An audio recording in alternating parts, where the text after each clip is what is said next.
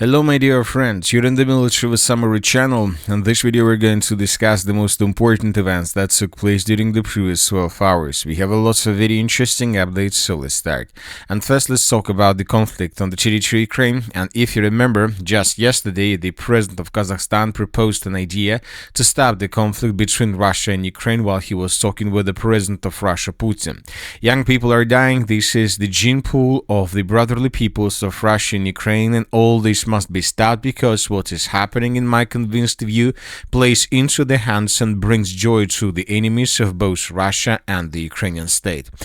As for the Kazakhstan position regarding Russia, do not doubt we have always considered and consider Russia a great state, as I have already said.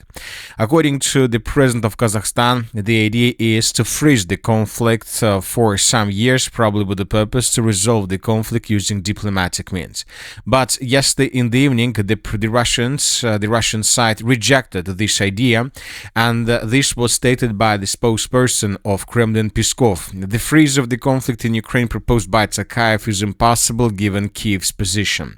He emphasized the main condition for Russia is to achieve its goals. The conflict could stop today by the end of the day if the Kyiv regime makes the appropriate decisions. So the Russians rejected the idea of the ceasefire or of the freezing of the conflict, and during the previous nights, during the previous 12 hours between the 25th and the 26th of July of 2026, the Russians once again attacked the territory of Ukraine using drones and missiles. This morning, the Minister of Defense of Ukraine reported that during the night, the Russians used 144 air means to attack the territory of Ukraine, including 159 missiles, 7 Iskander missiles, and 136 drones. And according to information we have, the Russians were mainly attacking the city of Kyiv. And during the nights, we received lots of videos on this matter. And for example, here we have the video how Ukrainians were trying to bring down Russian missiles that were attacking the capital of Ukraine. As a result of this overnight attack, the sources reported, including the Minister of Defense of the Russian Federation, that a lot of military facilities were damaged or even destroyed by the Russians. So we have a report published by the Minister of Defense. So the Russians stated that an industrial enterprise was hit. The enterprise, another assembly and storage site in southwestern Kyiv was damaged, with the involvement of specialists from Ukrainian American company. Up to 1,000 drones of various types were produced monthly.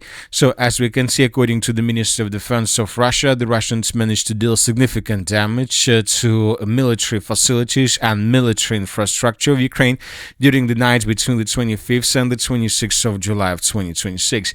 And the city of Kyiv wasn't the only city that the Russians attacked during the previous 12 hours. According to information we have, the Russians continued attacking the Odessa region, Mykolaiv region, Kherson region, Zaporizhzhia and Dnipro region. So let's discuss everything in details.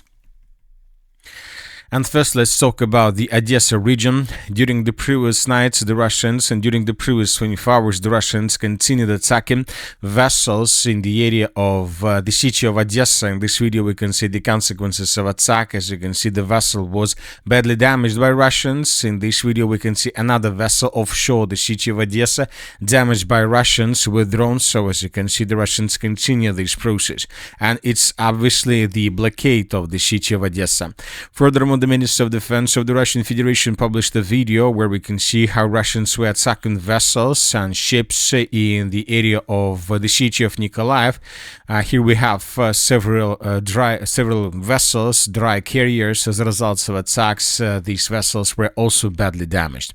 Moving further, now let's talk about the city of Kryvyi Rih. This morning, on the 26th of July of 2026, the Russians attacked this mall, the biggest mall on the territory of the city of Kryvyi Rih. And here we have this video published by different sources. And in this video, we can see several strikes that were carried out by Russians. And as a result of this attack, this building was reduced to ruins.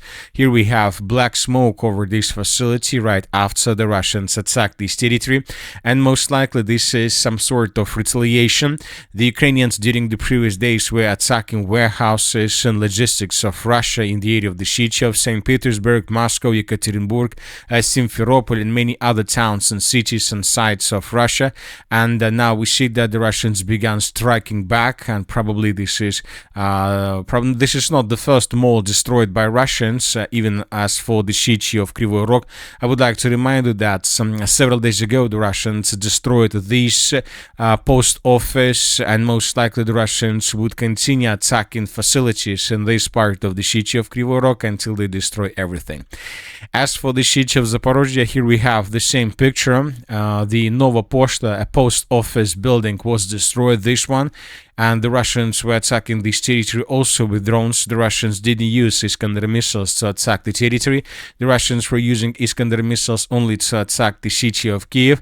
As for this facility, we see that there are lots of trucks, lots of possible military targets, and as a result of attack, as you can see, this territory was also reduced to ruins. And this is once again another act of retaliation from the Russian side. So as you can see, the situation through the southern regions is quite complicated. So furthermore, today we start receiving reports that passenger trains have not been reaching Zaporizhzhia for the third day. Service to the city has been completely suspended due to the intensification of Russian attacks. Infrastructure Minister Mykola Kalashnik. So according to this report, the Ukrainians don't send trains anymore in the direction of the city of Zaporizhzhia.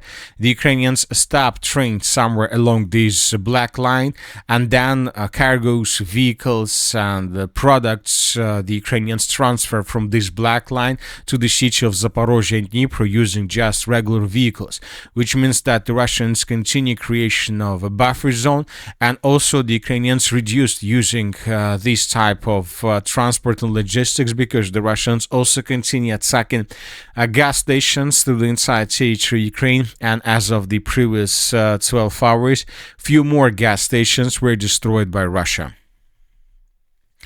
According to information we have, as of the previous several days and as of the 26th of July of 2026, the Russians shift their focus to the road MO3 between the cities of Kremenchuk and Kharkiv, because these days the Russians attack and destroy gas stations right exactly along this territory.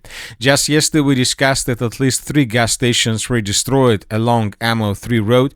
Today we received the report that the Russians destroyed also a gas station in the southern parts of the settlement of Valky, and we have this video published by different sources. And this video we can see first seconds after the Russians attacked this gas station and destroyed it.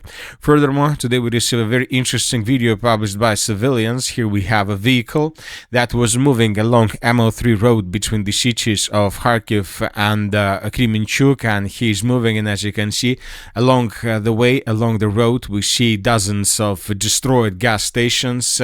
All these gas stations were destroyed by Russians during the fuel war between the Russians and the Ukrainians, and most likely the Russians will continue this process. As for the northern direction, during the previous 12 hours, additional attacks and explosions were also recorded. The Russians attacked this facility during the night, and we received this video. Several days ago, the Russians destroyed a gas station in this area. Today, we received another video where the Russians attacked and destroyed these barracks and these facilities. Furthermore, the Russians destroyed a facility in the northern parts of the settlement of Konotop. So this industrial zone was badly damaged by Russians, probably with drones, and the Russians destroyed another facility, another gas station in the northern parts of the Chernigov region. We're talking about the city of Mena, and this picture was published this morning, where we can see the consequences of attack, and here we can see just ruins but not the gas station itself. So as you can see, the rules of the game change. We see that the Russians right now are trying to return the initiative back. The Ukrainians during the July during July, managed to deal significant damage to the Russian logistics, but telling the truth, comparing the results of attacks, we can say that the Ukrainians indeed managed to deal significant damage to just 4, 5, or 6 warehouses, and probably dealing significant damage to economy and to small business. But telling the truth, those were just pictures, big pictures of big fire through different territories of Russia. And as you can see, as for the Russian side, the Russians continue attacking objects of energy infrastructure, gas stations, warehouses, ammo depots, the port infrastructure, and so on. So which means that the Russians right now are trying to return the initiative back in the sphere of long-range and mid-range strikes. Now let's discuss the situation on the ground. During the previous 12 hours, additional changes were recorded. The Russians, according to information we have, improved their positions through the northern parts of the Sumy region. The Russians improved their positions through the southern parts of the village of Ulanovo, and the Russians improved their positions between the villages of Tostadubovo and Mala Rohan. Most likely in coming days, the Minister of Defense of the Russian Federation and the Group of Forces North will confirm additional control over the territories. As for the Sumy direction, during the previous 12 hours, we haven't received anything special. As for the Kharkiv direction, during the previous 12 hours, we received additional changes from the ground through the northern Kharkiv area, where the Russians continue advancing in the direction of the settlement of Mala Rohan. Now the Russians are trying to enter these big forests with the purpose to reinforce their positions. So this is the situation between the dates. This is the end of the 25th of July, and this is the end of the 26th of July. The Russians captured additional territories, and the Russians continue advancing. This is a very important situation because this is something like a new front line. Now the Russians are moving through the settlement of Kazachia Lopen. Now the Russians are moving in the direction of the settlement of Mala Rohan, and according to these updates, we see that the Russians are tasked to shorten the distance to the city of Kharkiv itself, probably with the purpose to have possibilities to attack the city with just a regular artillery. As for the northeastern parts, during the previous 12 hours, we haven't received anything, but most likely the Russians continue offensive operation. We also expect in coming hours or days additional reports published by the Minister of Defense and the Group of Forces North regarding changes on the ground. As for the Konstantinovka direction, these days more changes were recorded in the area of the city of Oleksiievo-Druzhkivka. Since the end of the battle for the city of Konstantinovka, the map in this area has been adjusted significantly. So basically, and for example, this is the situation by the end of the 19th of July of 2026, and as you can see, since that moment the map has been adjusted significantly, and the most important changes are that the Russians answered both the settlement of Oleksiievo-Druzhkivka and Osikovo, and that the Russians continue advancing. Most likely the city of Konstantinovka is already far behind the Russia's positions.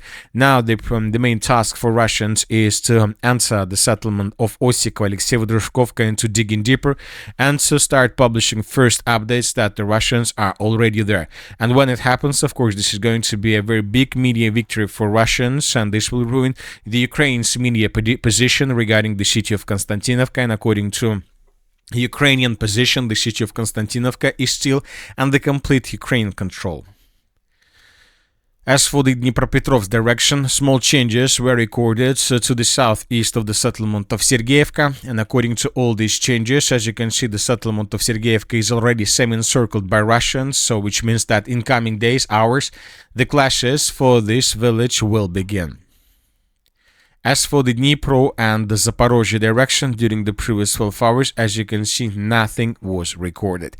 And that's it for the short video. The Military Summary channel reminds we condemn any violence in the world. Thank you for your watching. Subscribe to my channel, put your likes, join my Patreon, and have a good day. Bye-bye.